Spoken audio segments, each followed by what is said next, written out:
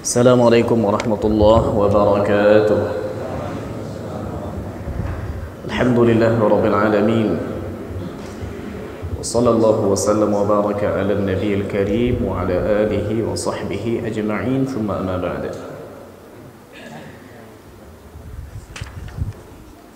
Fa insyaallah taala kita sambung pembahasan tentang tadabbur surat Al-Jin. Kita ulang lagi bahawa surat Al-Jin, surat Makkiyah, sebab turunnya adalah ketika Nabi SAW bersama sahabatnya akan pergi arah ke Taif. Tepatnya di sebuah pasar namanya Suq Ukaz. Tapi belum sampai di Suq Ukaz, di sebuah lembah bernama Wadi Nakhlah, Nabi melakukan salat subuh. Dan ketika itu jin yang biasa untuk mencuri kabar dari langit bertanya-tanya, apa yang menghalangi kami sekarang mencuri kabar? Kenapa sekarang dijaga dengan ketat? Lalu sebagian mereka berkeliling, ada yang ke timur, ada yang ke barat. Di antara mereka ada yang menelusuri pinggir pantai Tihamah di pesisir Laut Merah sampai mereka berbelok mendapati Nabi SAW sedang salat subuh bersama sahabatnya. Disitulah mereka mengatakan, inilah yang menghalangi kalian untuk mencuri kabar dari langit. Dan kemarin kita sudah sampai ayat yang ke-10 tentang adab kepada Allah Subhanahu wa taala dalam menyematkan keburukan. Tidak boleh kalau ada hal-hal yang buruk terjadi pada kita, lalu yang kita tuduh adalah Allah Subhanahu wa taala. Tuduh diri kita, betul Allah yang menciptakan keburukan. Sebagaimana Allah ciptakan Fir'aun, Qarun, Haman. Allah ciptakan Abu Lahab, Abu Jahal. Allah ciptakan Dajjal dan semuanya buruk. Akan tetapi tidak ada satu pun yang Allah ciptakan sia-sia. Rabbana ma khalaqta hadza batila.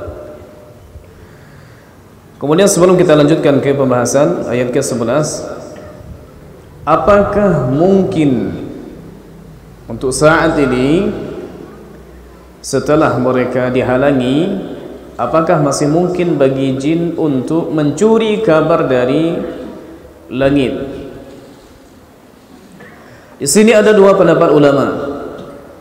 Yang pertama mengatakan tidak mungkin lagi karena sudah dijaga ketat seperti yang ada di ayat nomor 8, muliat harasan syadidan wa syuhuba, karena sudah dipenuhi dengan penjagaan-penjagaan ketat dan ada panah-panah api.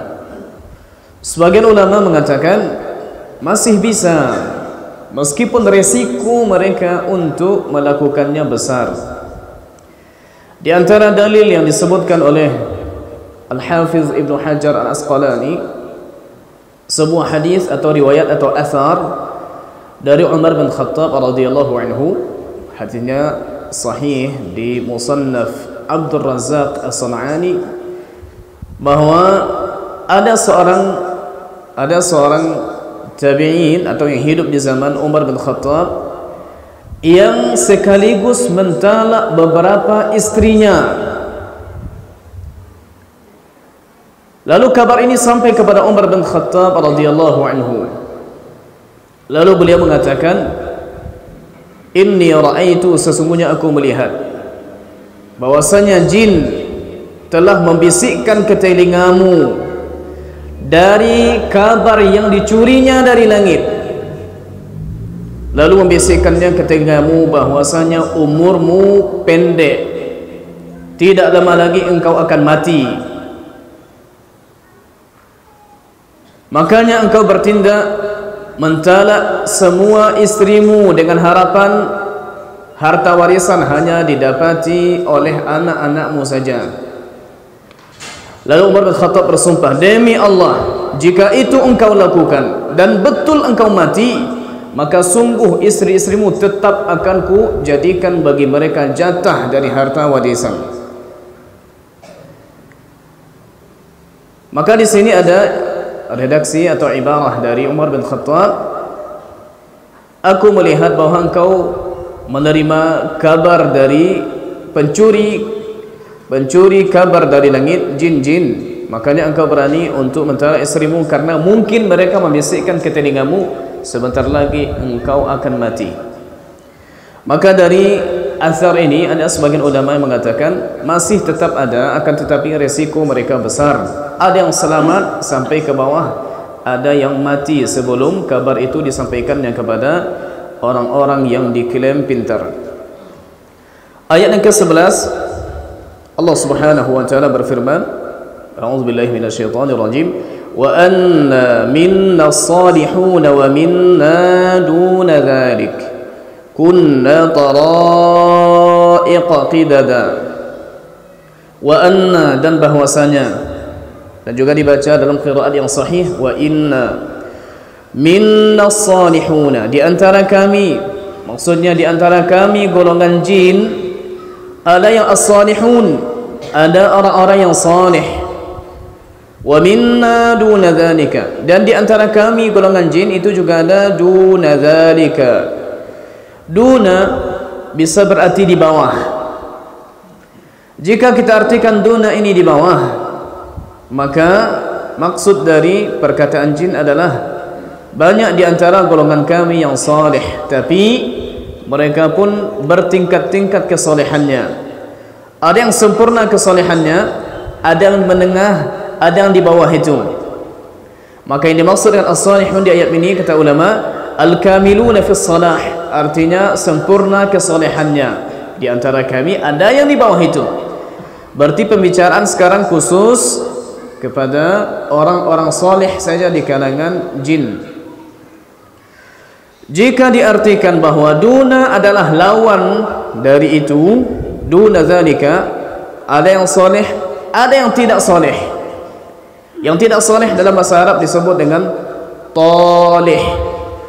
Sama-sama lih, tapi satu saleh, satu talih. Saleh atau salihin adalah mereka yang menjaga perintah Allah Subhanahu wa taala dengan melakukannya, dan menjaga larangan Allah Subhanahu wa taala dengan meninggalkannya. Dan orang soleh bukan orang yang tidak berdosa. Tidak. Kalau orang yang tidak berdosa berarti tidak ada satupun manusia yang soleh, tidak juga jin. Tapi orang yang soleh adalah orang yang betul-betul menjaga syariat Allah Subhanahu wa taala, meskipun di beberapa keadaan mungkin ada yang bolong-bolong. Secara umum yang dia lakukan adalah kesolehan. Boleh jadi perintah bersifat wajib atau bersifat sunnah, atau meninggalkan larangan haram jelas, juga meninggalkan larangan-larangan yang sifatnya makruh, karena makruh pada hakikatnya juga larangan. Dan orang soleh juga berusaha meninggalkan perkara-perkara mubah yang jaiz, yang boleh, dengan harapan agar dia bisa lebih fokus kepada akhirat. Disebutkan dalam hadis Nabi sallallahu alaihi wasallam, izhad fid dunya yuhibbakallahu, zuhudlah di dunia maka Allah akan mencintaimu. Zuhud bukan meninggalkan yang haram. Yang haram jelas.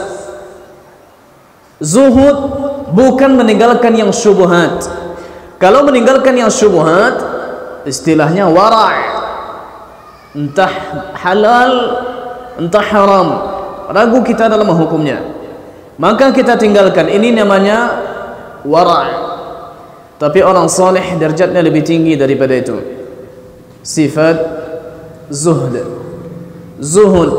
Zuhud meninggalkan sesuatu yang hukumnya boleh, tapi ditakutkan jika itu dilakukan terhalang dia untuk melakukan hal yang sunnah, atau tidak sempurna dia melakukan yang wajib, maka dia tinggalkan yang boleh ini dengan harapan ia bisa lebih fokus ke akhirat. Ini zuhud. Orang saleh ini mereka yang betul-betul menjaga kesempurnaan ibadah, kualitas, kuantitas. Orang saleh beruntung Karena setiap hari tanpa putus-putus, meskipun satu detik, didoakan oleh orang yang melakukan salat di seluruh dunia. Karena dalam tasyahud kita baca, Assalamu alayka ayyuhan nabiy wa rahmatullahi wa barakatuh, Assalamu alayna wa ala ibadillahi salihin. Keselamatan atas kami dan atas orang-orang yang saleh. Andai salah seorang di antara kita masuk dalam pintu ini, pintu kesolehan, berarti berbahagialah. Tidur kita, orang di pelosok dunia sana mendoakan keselamatan untuk kita. Orang saleh ini harapan, jangankan harapan manusia biasa, harapan para nabi. Disebutkan dalam doa Nabi Yusuf alaihi salam di halaman kedua terakhir sebelum habis surat Yusuf, beliau berdoa, tawaffani musliman wa alhiqani bis salihin. Wafatkanlah aku dalam keadaan muslim, ya Allah, berserah diri kepadamu. Wa alhiqani bis salihin, dan gabungkanlah aku bersama orang-orang saleh. Imam Asy-Syafi'i rahimahullahu taala, saya rasa tidak ada satupun di antara umat ini yang mengatakan beliau tidak saleh, yang mengkhatamkan Al-Quran dalam satu hari di bulan Ramadan 2 kali. Kalau satu huruf digandakan 10 kebaikan, berapa kira-kira huruf yang ada di satu ayat, di satu halaman, di satu juz, di 30 juz, dikali 10, 2 kali dalam sehari mengkhatamkan Al-Quran. Bagaimana kita tidak sebut orang seperti ini imam yang saleh? Tapi tetap beliau sampaikan ke dirinya, mengevaluasi, memuhasabah.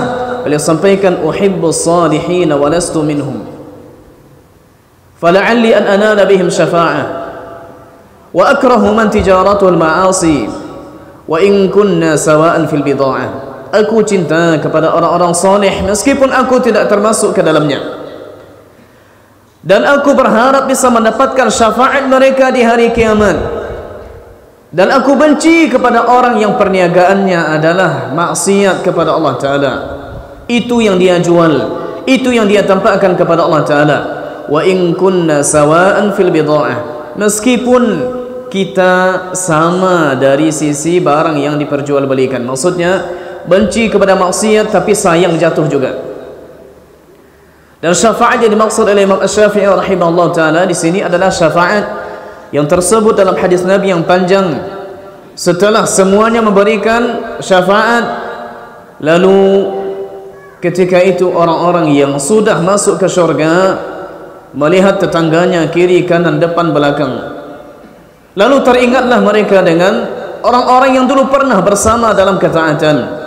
Disebutkan olehnya, ya Rabbana, inna lana ikhwanan fid dunya kanu yusalluna ma'ana wa yasumuna ma'ana wa ya'maluna ma'ana. Sesungguhnya wahai Rabb kami, di dunia dulu kami pernah punya kawan, kanu yusalluna ma'ana, sama salat dengan kami, sama puasa dengan kami, sama beramal dengan kami, dan sama beramal dengan kami. Masuklah di situ semua amal saleh, baca Quran, berzikir, sama kumpul, sama berinfak, sama bersedekah, sama ya Allah beramal dengan kami, sama umrah, sama haji, pernah dulu sama-sama berkumpul ya Allah, tapi kami belum melihat mereka ada bersama kami di surga. Lalu Allah Subhanahu wa taala perkenankan mereka untuk turun ke neraka, ke Sijjin, untuk mencari kawan-kawannya. Fakanat lahum bardan wa salama, neraka pun menjadi sejuk dan selamat bagi mereka. Turun mereka cari. Disebutkan oleh Nabi SAW, fa akhraju man arafu, lalu mereka keluarkan siapa yang mereka ketahui pernah berkenalan, bukan berketahuan saja, bukan berkenalan saja, tapi pernah sama-sama beribadah kepada Allah Subhanahu wa taala. Maka yang kurang-kurang amal, yang merasa dirinya kurang, dan semua kita ini kurang, maka carilah orang-orang yang mungkin dirasa padanya ada kesalehan. Mana tahu nanti kalau ternyata kita kurang, tiang kita kurang untuk menegakkan keselamatan bagi kita di akhirat, maka mereka datang untuk menjemput kita ke sana. Setelah sekian lama disinggahkan di neraka, ternyata datang kawan, bukan lahir dari satu rahim, dan boleh jadi jauh tempat tinggalnya, tapi subhanallah, ternyata didapati mereka lah yang datang untuk menjemput kita. Dan sekian banyak orang nanti di neraka menjulurkan tangannya untuk dibawa, karena mereka yakin di sini tidak ada kebahagiaan, di sini tidak ada kesenangan apapun. Maka sekian banyak orang menjulurkan tangan, syaratnya baru akan dibawa jika sempurna dua syarat. Kenal, tapi kenal bukan dalam maksiat, dikenal dalam ibadah, dalam ketaatan, dalam kesalehan. Orang saleh bisa membawa anaknya, istrinya, keluarganya bergabung di tempat yang Allah sediakan baginya. Andai salah satu dari mereka tinggi, semuanya ditinggikan. Dan di antara doa malaikat, para malaikat pemikul arsy, Allah sebutkan di surat Ghafir, surat Mu'min, ayat yang ke-7, 8, 9. Setelah didoakan ampunan, diterima taubat bagi orang-orang yang mengikuti jalan Allah Subhanahu wa taala, pada ayat ke-8, Rabbana wa adkhilhum jannati adnin allati wa'adtahum wa man salaha min abaihim wa azwajihim wa dhurriyyatihim. Ya Allah, masukkanlah ke syurga jannatu adn, masukkanlah mereka orang-orang beriman yang bertaubat, yang mengikuti jalanmu, masukkan ke syurga. Ikutkan, gabungkan dengan ayah mereka, dengan istri mereka, dengan keturunan mereka, keluarga mereka. Tapi di awal disebut wa man salaha, siapa yang saleh, yang saleh, yang menjaga syariat Allah Subhanahu wa taala dalam kesendirian atau dalam keramaian. Mungkin kadang futur, dilanda oleh kemalasan, dilanda oleh kelemahan, dan semua orang punya sifat itu. Dalam hadis Nabi sallallahu alaihi wasallam disebutkan, inna likulli 'abidin syirratan wa likulli syirratin fatratan. Sesungguhnya setiap ahli ibadah dia punya syirrah, puncak semangat. Wa likulli syirratin fatratan, dan setiap puncak semangat ibadah itu ada futurnya, suatu kali akan turun juga. Dijelaskan dalam hadis ini, faman kanat fatratuhu ilal kitabi was sunnah, siapa yang futurnya tetap diarahkan kepada kitab dan sunnah. Dijelaskan oleh ulama, tetap dia melakukan kewajiban-kewajiban yang dibebankan kepadanya, tetap dia menjaga semaksimal mungkin amalan-amalan sunnah yang biasa dia lakukan, meskipun berkurang dari sisi kuantitas, meskipun berkurang sedikit dari segi kualitas, tapi mereka tidak meninggalkannya. Dan dalam hadis qudsi, wala yazalu 'abdi yataqarrabu ilayya bin nawafil hatta uhibba, dan senantiasa hambaku mendekatkan diri kepadaku dengan amalan-amalan sunnah sampai aku mencintainya. Betul, tidak 8 rakaat salat tahajudnya setiap malam, betul, tidak 8 rakaat salat duhanya setiap pagi, tapi boleh jadi ya 6, 4 atau juga 8, cuma yang dikurangi kualitasnya. Biasanya membaca ayat-ayat panjang, sekarang mulai pendek. Biasanya 4, sekarang menjadi 2, tapi waktunya dijaga.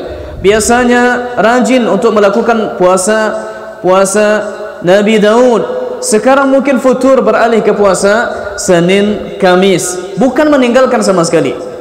Maka untuk istiqamah menjaga kesalehan ini kita juga butuh kepada kawan yang insyaallah taala nanti akan kita jelaskan. Wa anna minna salihun wa minna duna dzalika, dan di antara kami, bahwasanya di antara kami ada yang generasi yang salih dan juga ada yang di bawah itu.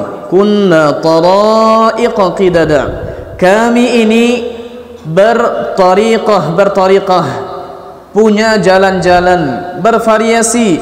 Qidada berasal dari kata qiddatun, seperti fitnatun, fitanun. Qidadun. Kata qidat atau qiddah artinya itu seperti kulit atau tali yang dipotong-potong. Akhirnya yang tadinya satu sekarang sudah banyak, yang tadinya bersambung sekarang sudah berpisah-pisah. Kunna tara'iqa qidada, kami ini memiliki jalan yang berbeda-beda. Kami ini mempunyai keimanan yang bertingkat-tingkat. Kami ini mempunyai karakter yang berbeda-beda. Ada yang baru mendengar ayat, air matanya langsung bercucuran. Ada yang sudah berjam-jam, tapi satu pun tak masuk ke hati. Kita berbeda-beda dari sisi keimanan. Wa anna dhananna an lan nu'jizallaha fil ard wa lan nu'jizahu haraba. Wa anna, dan bahwasanya, dhananna, kami menduga, tapi di sini maknanya kami yakin, an lan nu'jiza, bahwasanya kami, asal katanya anna, lan nu'jiza, dan dalam bahasa Arab jika bertemu dengan lan atau dengan lam atau dengan lau, maka sering dihilangkan isim annanya. Anna dijadi an, dimasukkan ke lan, allan, idgham kamil mutaqaribaini, idgham bighairi gunna. Allan nu'jizallah, bahwasanya kami tidak mungkin untuk mengalahkan Allah Ta'ala. Kata nu'jiz ini kembali juga kepada kata mu'jizat. Mu'jizat ini adalah kelebihan yang Allah berikan kepada para rasul dan nabi untuk mengalahkan kaumnya, melemahkan kaumnya. Bisa dalam bentuk benda, dan biasanya seperti itu, seperti tongkat Nabi Musa, seperti Nabi Ibrahim alaihissalam ketika dilemparkan ke api, ternyata menjadi dingin, ternyata menjadi selamat. Atau boleh jadi seperti wahyu kalam Allah Subhanahu wa taala, seperti Al-Qur'an yang satu-satunya mukjizat kekal sampai hari kiamat. Yang di akhirat nanti Allah Subhanahu wa taala, sebelum terjadi hari kiamat di akhir zaman, maka akan dicabut hafalan-hafalan dari orang-orang mukmin, sebagaimana hadis sahih Bukhari, sehingga tidak kenal lagi orang apa itu Al-Quran. Ketika disebutkan kepadanya la ilaha illallah, sesama mereka bertanya, apa itu la ilaha illallah? Rasanya dulu pernah kami dengar dari nenek moyang kami. Dan mushaf yang sekarang bertuliskan, esok paginya mereka buka, tidak ada satu pun lagi tulisan. Semuanya Allah angkat di akhir zaman, sebelum Allah wafatkan orang-orang mukmin. Sesaat baru setelahnya timbullah orang-orang syirarul khalqi indallah, mereka-mereka yang paling jahat di sisi Allah Subhanahu wa taala, hamba-hamba yang paling durhaka. Maka para jin yakin dengan kemampuan mereka bisa menjadi besar, menjadi kecil, berpindah seenaknya kemanapun. Ternyata dengan kemampuan luar biasa ini mereka masih yakin, kami tidak mungkin mengalahkan Allah Subhanahu wa taala. Dan disebut walan nu'jizahu haraba, dan kami tidak mampu untuk melemahkan, mengalahkan Allah Subhanahu wa taala dengan melarikan diri. Meskipun kami bisa terbang, bisa pindah dalam sesaat. Jika yang punya kekuatan seperti ini, kelebihan pindah, lari, sembunyi, berubah, ternyata mengakui di hatinya tidak akan lepas dari pengawasan Allah Subhanahu wa taala, bagaimana dengan kita makhluk yang lemah ini, yang tidak punya kelebihan, malah kekurangan yang banyak. Kelebihan yang pada hakikatnya mungkin kelebihan, tapi bisa menjatuhkan kepada kekurangan.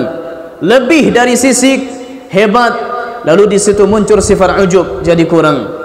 Lebih dari sisi mungkin hafalan Quran, suara bagus, harta berlebih, tapi mulai dibisikkan oleh syaitan, ayolah berinfak agar engkau dipuji oleh orang. Mulai di sini muncul sifat riya, sifat ujub, ingin untuk dilihat, ingin untuk didengar, ingin untuk dipuji. Maka manusia tidak lain, tidak bukan, yang dia persembahkan pada hakikatnya bukan untuk Allah Subhanahu wa taala, untuk dirinya agar dia selamat dari azab yang pedih. Wa anna lamma sami'na al-huda amanna bih, dan bahwasanya lamma tatkala sami'na kami mendengar al-huda, petunjuk, hidayah, amanna bih, kami beriman dengannya. Kami beriman dengan petunjuk yang kami dengar, beriman dengan Al-Quran, yahdi ila rusyd, yang menunjukkan, memberi petunjuk kepada jalan yang benar. Faman yu'min bi rabbih fala yakhafu bakhsan wala rahaqa. Dan barang siapa yang beriman kepada Rabbnya, beriman dengan hatinya, beriman dengan amalnya, karena iman tidak sekedar amalan hati, bukan sekedar pembenaran, bukan sekedar keyakinan, tapi ulama menyebutkan iman, al-imanu qaulun wa amal yazidu wa yanqus. Iman adalah qaulun, ucapan lidah dan ucapan hati, perkataan lidah dan perkataan hati, wa amal, dan amal. Amalan lidah dengan bertasbih, dengan memuji, dengan bertahlil, dengan baca Quran, dan juga amalan hati dengan tawakal, menyerahkan perkara kepada Allah Subhanahu wa taala, dengan raja, dengan khauf, dengan berharap, dengan takut, dengan azab Allah Subhanahu wa taala, dengan yakin, dengan ikhlas. Amalan hati semuanya masuk dalam bab iman. Makanya ketika amal masuk ke dalam iman, datanglah yazidu wa yanqus, dia bertambah, dia berkurang. Kurang salat duha dari segi kualitas, berarti kurang iman. Kurang salat tahajud dari segi bilangan, berarti kurang iman. Inilah iman. Disebutkan oleh Imam Al-Bukhari rahimahullah ta'ala, laqitu akthara min alfi syaikhin kulluhum yaqulu al-imanu qawlun wa amal yazid wa yanqus. Aku bertemu lebih dari 1000 guru. Imam Al-Bukhari rahimahullah ta'ala, lebih gurunya dari 1000. Semuanya mengatakan iman adalah perkataan dan perbuatan bertambah dan berkurang. Jamaah yang muliakan, faman yu'min bi rabbih, siapa yang beriman kepada Rabbnya, fala yakhaf, maka dia tidak takut. Tidak takut kepada Allah, bukan. Fala yakhafu bakhsa, dia tidak takut rugi. Betul, secara zahir hartanya berkurang dengan dia infakkan, tapi di sisi Allah Subhanahu wa taala yang dia persembahkan itulah yang menjadi tabungannya di akhirat. Yang tinggal ini kalau dia mati semuanya akan dibagi. Boleh jadi utang dibayar, boleh jadi wasiat ditunaikan, boleh jadi puasa belum sempat diqadha, sehingga kalau sudah meninggal boleh jadi dipuasakan oleh walinya, orang terdekatnya, atau diganti dengan fidyah. Umrah sudah wajib, belum juga berangkat. Haji sudah wajib, belum juga berangkat. Dengan dalih sebagian orang belum ada lagi panggilan, padahal sudah wajib baginya, ekonomi sudah memadai. Maka hartanya yang tadi sebelum dibagi menjadi harta ahli waris dibayarkan untuk di badal umrah, di badal haji. Sekarang sisanya baru dibagi oleh ahli waris. Kalaupun ada lebihnya nanti akan diserahkan kepada lelaki terdekat darinya. Artinya habis semua yang dia cari selama ini. Maka orang mukmin, orang beriman, fala yakhafu bakhsa, dia tidak takut rugi. Namun demikian Islam juga menjaga keseimbangan, tidak boleh bersedekah berlebihan yang akan menimbulkan penyesalan atau memberi mudarat kepada orangnya. Wala rahaqa, dan tidak pula takut. Rahaqa tidak takut letih, tidak takut capek, tidak takut sesat, tidak takut berdosa. Maka orang beriman tidak ada yang dia takuti kecuali Allah Subhanahu wa taala. Mungkin ada perkara-perkara alami yang secara tidak sadar itu muncul rasa takut dari dirinya. Contohnya takut dari binatang yang buas, biasa. Takut dari ular berbisa, biasa. Bahkan para sahabat ketika melihat ular, para sahabat pun ada yang menghindar, ular pun menghindar. Lalu Nabi sampaikan Allah Subhanahu wa taala telah menjaganya dari gangguan kalian, dan kalian juga telah dijaga dari gangguannya. Artinya seperti ini sifatnya tabi'i. Contohnya pergi ke rumah orang atau berjalan di malam hari, lalu ada anjing yang galak contohnya. Kita diteriakin oleh anjing ini contohnya, maka yang seperti ini tidak ada masalah, ini satu hal yang tabi'i, manusiawi. Tapi kalau sudah takut dengan jin, lewat kuburan kemudian cari jalan lain untuk pergi salat subuh, seperti ini tak boleh, karena ini masuk dalam bab kesyirikan. Ya, takut contohnya nanti pas berjalan dihalangi oleh pocong kuntilanak lalu dibalik baju, di bawah batu, macam-macam. Yang seperti ini bagian dari kesyirikan yang mesti dihindari. Jamaah yang muliakan, pada ayat ke-12 tadi ada ayat wa anna dhananna an lan. Di semua Al-Quran yang 30 juz, kata an dan lan semuanya ditulis terpisah dalam rasam asmani di Quran, semuanya, kecuali di dua tempat, yaitu di surat Al-Kahfi dan di surat Al-Qiyamah. Bisa nanti dilihat di surat Al-Qiyamah. Dari segi bacaan tidak berbeda. Al-lan disebutkan di surat Al-Qiyamah ayat ketiga, ayahsabul insanu allan najma'a idhamah. Di sini hanya ditulis hamzah, lalu lam, lalu nun. Kalau contohnya orang tak bisa baca, mungkin dibaca alan. Bacanya sama, an, lan, allan. Kemudian satu lagi ada di surat Al-Kahfi. Ini agar kita mengenal, boleh jadi bacanya sama, tapi secara penulisan boleh jadi berbeda. Allan naj'ala lahum maw'ida, ayat ke-48 surat Al-Kahfi. Wa uridu ala rabbika saffan laqad ji'tumuna kama khalaqnakum awwala marrah bal za'amtum allan naj'ala lakum maw'ida. Allan di sini hanya ditulis hamzah, lalu lan, lalu lam, lalu nun. Secara bacaan sama, tapi penulisannya berbeda. Kenapa berbeda? Karena memang seperti itu dulu ditulis dan tidak ada tashih, pembenaran dari Jibril sampai Nabi meninggal. Berarti memang seperti apa ditulis, seperti itu kita tulis. Khususnya kalau menulis mushaf secara keseluruhan. Tidak boleh seseorang menulis mushaf lalu memakai sistem imla. Contohnya, dalam ayat, kalau kita melihat seluruh kalimat ar-riba, riba, maka riba tidak ditulis setelahnya dengan alif yang berdiri. Riba dalam ayat ditulis ra, ba, lalu ditulis dengan waw, meskipun bacanya riba. Kata as-salah, silakan dilihat di halaman pertama surat Al-Baqarah. Alladzina yu'minuna bil ghaibi wa yuqimuna as-salata. Tidak ditulis dengan lam alif, tapi ditulis dengan lam waw. Dan seperti itu penulisan. Bagi kita yang mengambil satu ayat, alangkah lebih baiknya ditulis dengan metode rasam Utsmani. Tapi tidak wajib selagi kita tidak menulis mushaf semuanya. Ini juga ilmu tentang rasam Al-Quran.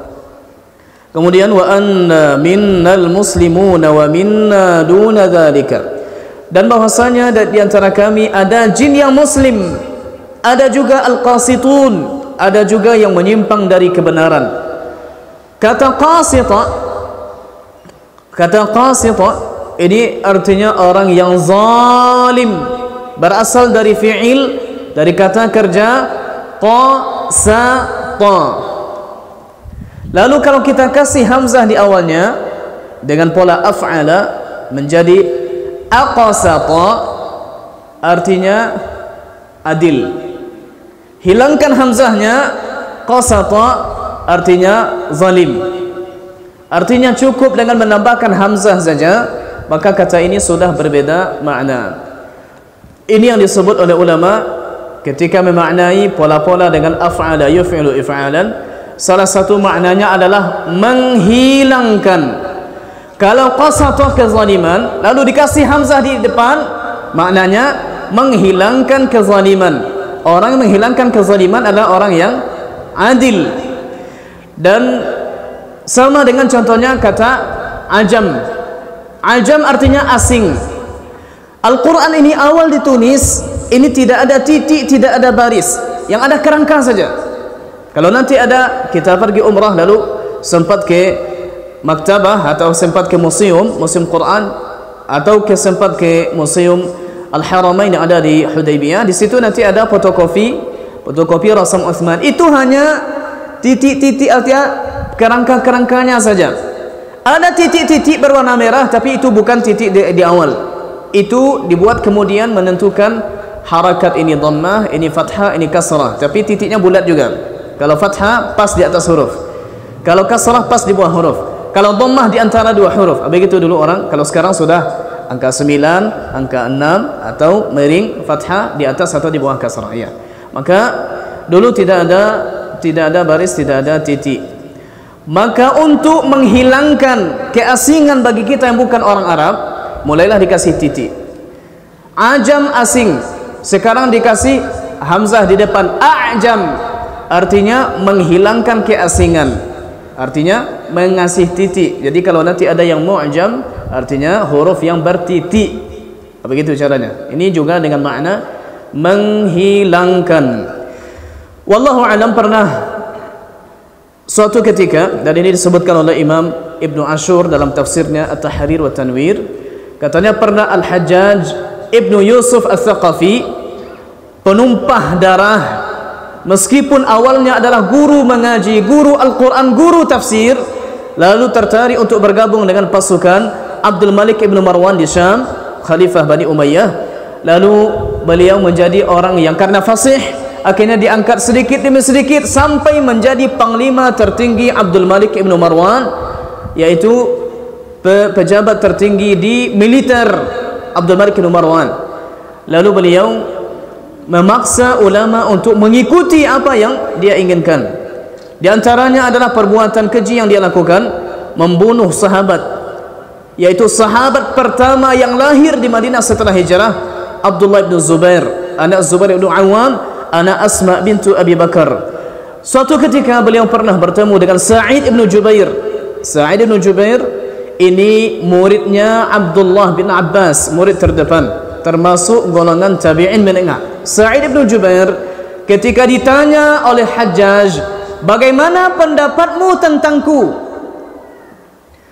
Ulama ketika didesak untuk menjawab sesuatu, dan boleh jadi tantangannya adalah hidup atau mati, dan beliau melihat keberadaannya kalau dia hidup lebih bermanfaat untuk umat, maka di sini boleh dia menjawab dengan jawaban tauriyah atau ta'rid, dengan jawaban yang mempunyai multi makna. Menurut dia ini, menurut orang lain berbeda.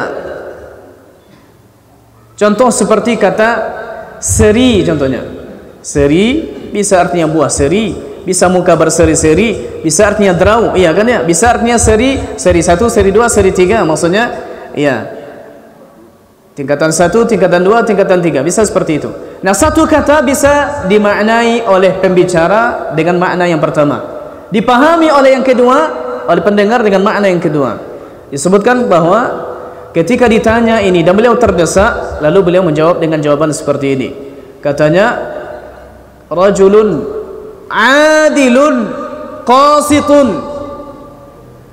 Kalau kita yang baru-baru belajar bahasa Arab lalu mendengar kalimat seperti ini, adil qasit, maka kita akan, oh Masya Allah, bagus.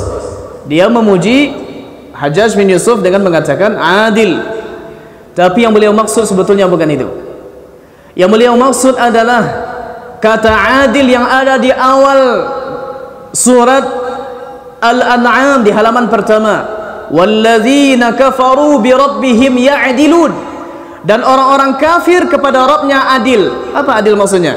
Membelok dari jalan yang benar. Maka kalimat adil yang beliau maksud sebetulnya adalah menyimpang dari kebenaran.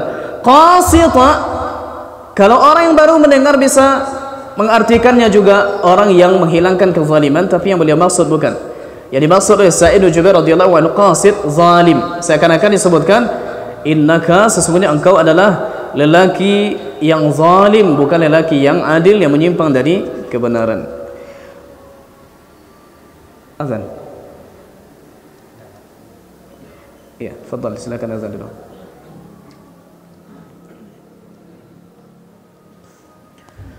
Alhamdulillahirabbil alamin, wassalatu wassalamu ala asyrafil mursalin wa ala alihi wa sahbihi ajma'in, amma ba'da. Golongan jin mengatakan, di antara kami ada yang muslim, di antara kami ada yang menyimpang dari kebenaran. Ada yang muslim dan kafir. Sebagian ulama mengatakan bahwa perkataan jin sudah habis di kata al-qasitun. Allah Subhanahu wa ta'ala menjawab, mengomentari apa yang mereka sampaikan. Faman aslama, maka siapa yang masuk Islam berserah diri, faulaika taharraw rasyada, maka mereka itulah orang-orang yang betul-betul memilih, taharraw, betul-betul teliti dalam memilih, rasyada, jalan yang lurus. Wa ammal qasituna fakanu li jahannam hataba, dan adapun orang-orang yang qasitun, orang zalim yang menyimpang dari keadilan, yang menyimpang dari kebenaran, fakanu li jahannam hataba, maka mereka akan menjadi bahan bakar bagi neraka jahannam. Dalam ayat lain disebutkan, ya ayyuhalladzina amanu qu anfusakum wa ahlikum nara waquduha an-nas wal hijara, jagalah dirimu dan keluargamu hai orang beriman karena dari neraka, karena neraka itu bahan bakarnya adalah an-nasu wal hijara, manusia dan hijarah, dan batu. Setiap kali orang masuk, setiap kali apinya bergejolak. Tapi sudah masuk dan tidak ada lagi yang akan dimasukkan. Neraka tetap meminta kepada Allah Subhanahu wa taala, yauma naqulu li jahannam hal imtala'ti, apakah engkau sudah penuh? Wa taqulu hal min mazid, apakah masih ada tambahan? Kami masih cukup untuk mengazab sekian banyak orang yang membangkang kepadamu ya Allah. Sudah habis yang dimasukkan, neraka masih meminta. Dimasukkan satu seperti memasukkan minyak tanah atau bensin ke api, tambah lagi, tambah lagi, tambah lagi.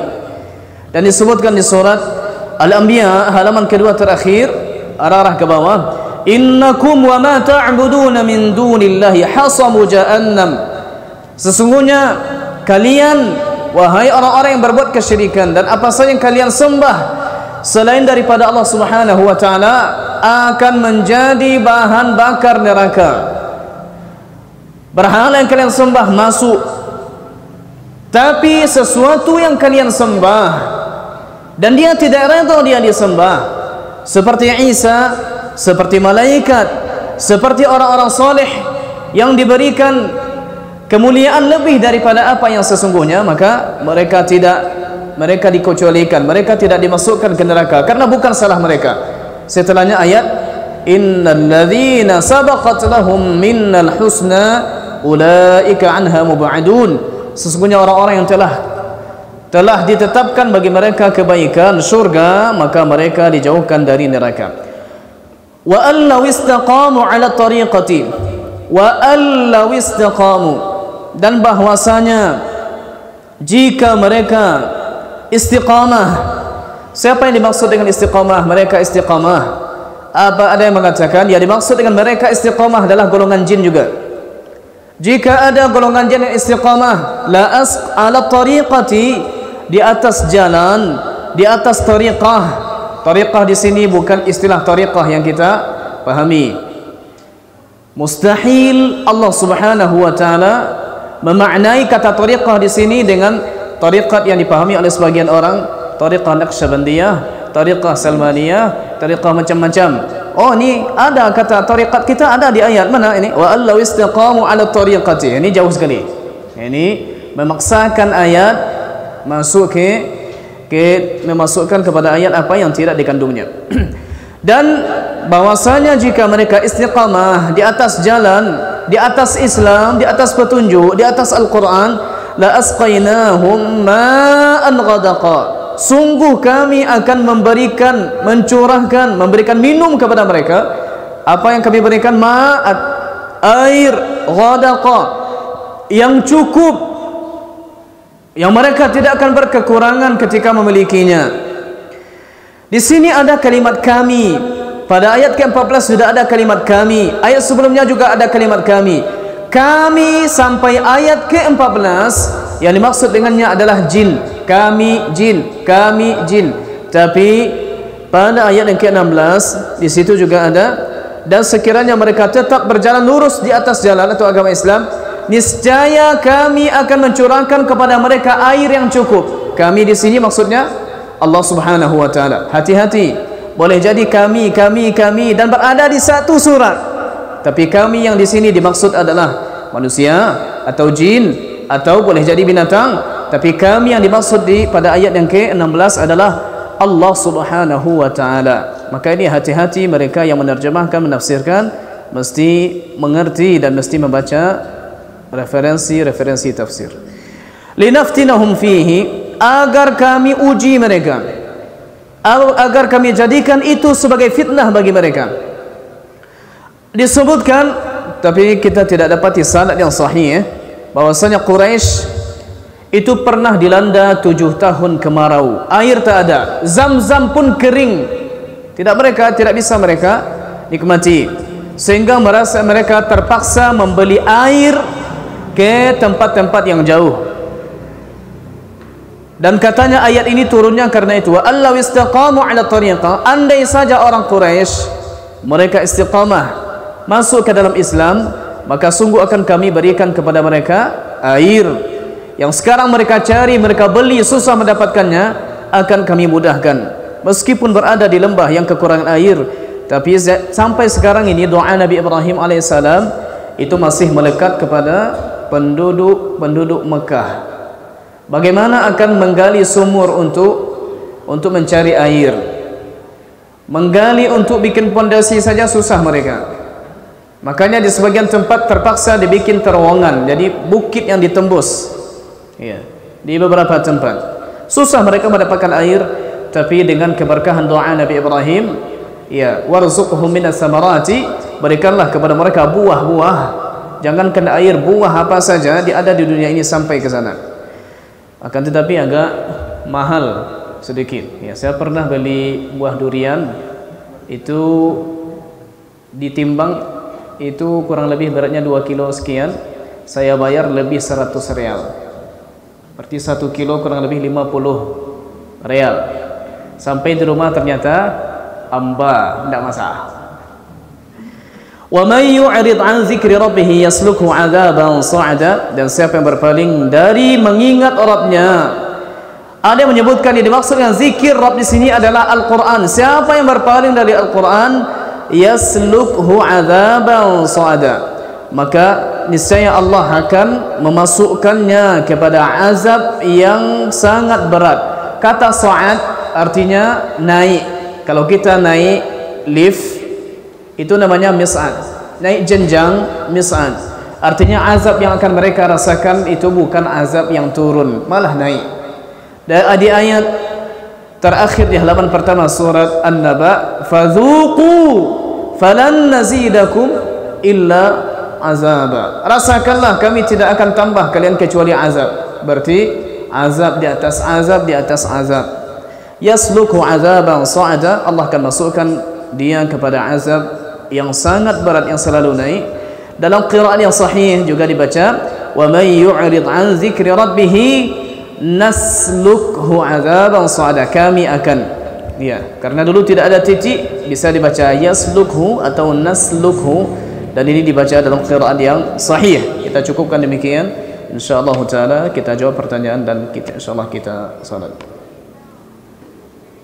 Pertanyaan kemarin yang tanyakan yang belum bisa kami jawab, di mana qarin setelah insannya meninggal, setelah manusianya meninggal? Kita tahu bahwa setiap kita ini punya qarin, dan qarin kita dua, bukan satu. Masing-masing kita punya 2 qarin. Yang pertama qarin dari jin, yang kedua qarin dari malaikat. Dan hadisnya sahih di Sahih Muslim. Dan Nabi pun ada qarin. Suatu ketika Ibunda Aisyah radhiyallahu anha ketika cemburu kepada istri yang lain, Nabi sampaikan kepadanya, "Awaja aki syaitanuki?" Apakah datang kepadamu syaitanmu? Lalu Ibunda Aisyah bertanya, "Apakah aku ada syaitan?" "Ada, setiap manusia ada syaitan," kata Nabi. "Dan engkau juga punya syaitan?" "Iya, aku juga punya syaitan. Illa anna Allah a'anani alaihi fa aslama." Akan tetapi Allah menolongku untuk mengalahkannya sehingga dia masuk Islam, atau maksudnya fa aslam, aku selamat dari gangguannya. Dan qarin ini selalu menemani manusia, semua kita, ada malaikatnya, ada jinnya. Tinggal mana yang lebih, kadang-kadang lebih nyambung ke diri kita. Bagi orang yang biasanya taat, akan lebih nyambung kepadanya bisikan-bisikan malaikat. Bagi orang yang potensinya lebih kepada maksiat, akan lebih nyambung kepadanya bisikan-bisikan syaitan. Ya. Dan kalau nanti manusia meninggal, kemana pergi qarinnya? Saya sudah cari, saya tidak dapatkan, tidak ayat, tidak hadis, tidak kalam ulama. Jawabannya wallahu a'lam. Mengapa Allah di beberapa ayat Al-Quran menyebut dirinya kami, sementara di beberapa ayat Allah menyebut dirinya aku? Apa perbedaannya? Aku ini jelas, Allah satu, dalam bahasa kita aku satu. Kami ini juga bisa dipakai bahkan dalam bahasa kita, meskipun yang berbicara satu orang, tapi kadang-kadang juga dipakai bahasa kami. Allah Subhanahu wa taala juga memakai bahasa kami. Ulama sepakat maknanya lid ta'zim, untuk mengagungkan.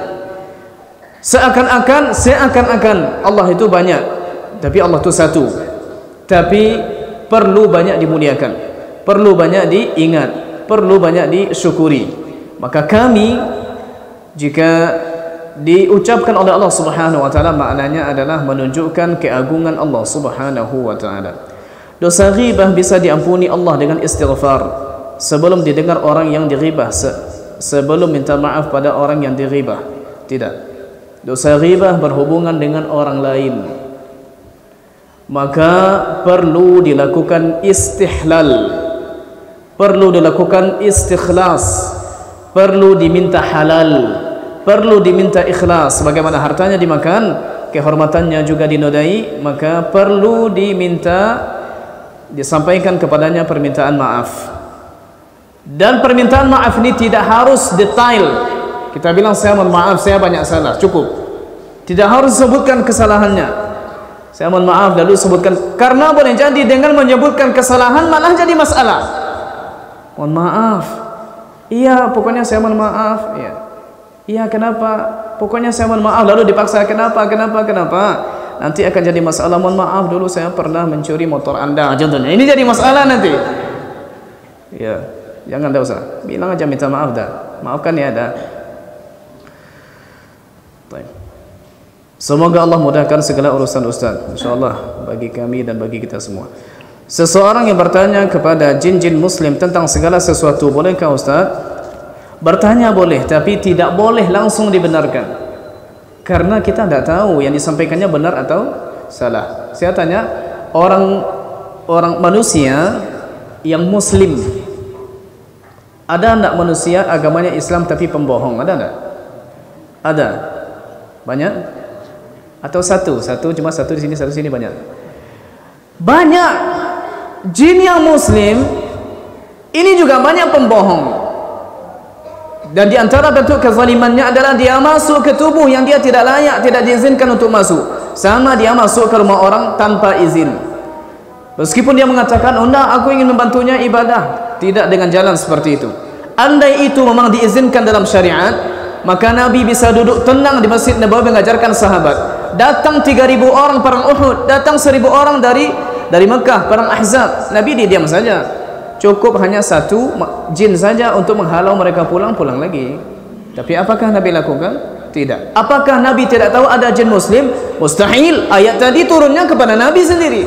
Qul, katakan wahai Muhammad, wa anna minnal muslimun wa minna duna dzalika. Di antara kami ada muslim. Tidak mungkin Nabi tak tahu dengan jin muslim. Bahkan Nabi beberapa kali membacakan ayat kepada jin muslim meskipun Nabi tidak tahu keberadaannya.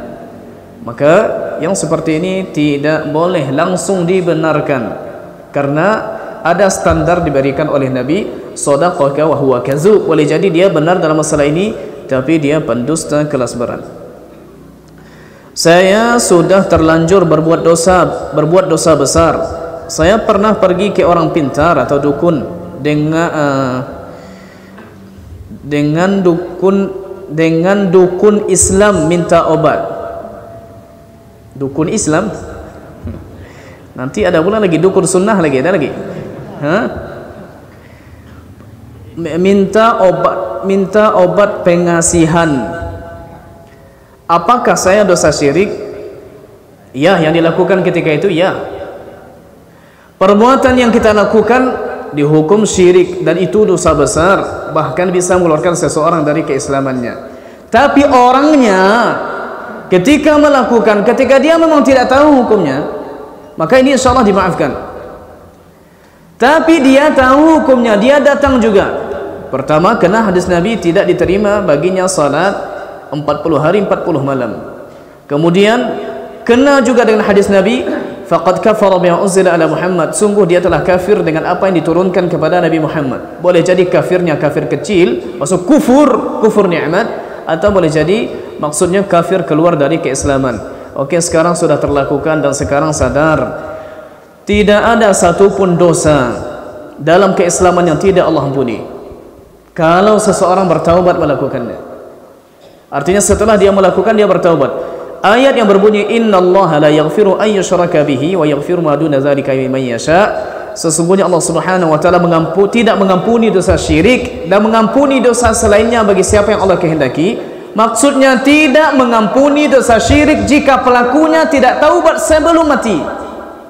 Tapi jika pelakunya taubat sebelum mati, maka dosanya diampuni oleh Allah Subhanahu wa taala. Bahkan disebutkan dalam ayat di surat Al-Furqan, ayat pertama halaman terakhir, walladzina la yad'una ma'allahi ilahan akhara wa la yaqtuluna an-nafsa allati harrama Allahu illa bil haqqi wa la yaznun wa man yaf'al dhalika yalqa athama yudha'af lahu al-'adhabu yawm al-qiyamati wa yakhlud fihi muhana illa man taba wa amana wa 'amila 'amalan salihan fa ulaika yubaddilu Allahu sayyi'atihim hasanat. Orang-orang yang melakukan kesyirikan, beribadah kepada selain Allah Ta'ala, berdoa kepada selain Allah, membunuh jiwa, melakukan perzinaan, siapa melakukan itu dia mendapatkan dosa, akan diazab dengan azab yang pedih, kecuali orang bertaubat, orang yang beriman, orang melakukan amal soleh, bahkan ganjarannya luar biasa. Bahkan orang tersebut akan diganti dosa-dosanya, diganti dengan kebaikan. Kebaikan yang dilakukan bisa menghapuskan dosa-dosa yang lama, sehingga keburukan yang ada di catatan amal hilang. Sekarang ada hanya salat, zikir, hadir majlis ta'lim. Yang dosa-dosa yang lama sudah dihilangkan oleh Allah Subhanahu wa taala. Dan dalam ayat juga disebutkan di halaman kedua terakhir surat Ar-Ra'd, yamhullahu ma yasha'u wa yuthbitu wa indahu ummul kitab. Allah hapus apa yang Allah kehendaki, Allah tetapkan di buku apa yang tetap ingin Allah tetapkan, dan di tangan Allah Subhanahu wa taala itu ada ummul kitab, induk takdir atau kitab induk takdir. Wallahu taala a'lam. Subhanakallahumma bihamdika asyhadu an la ilaha illa anta astaghfiruka wa atubu ilaika. Wassalamualaikum warahmatullahi wabarakatuh.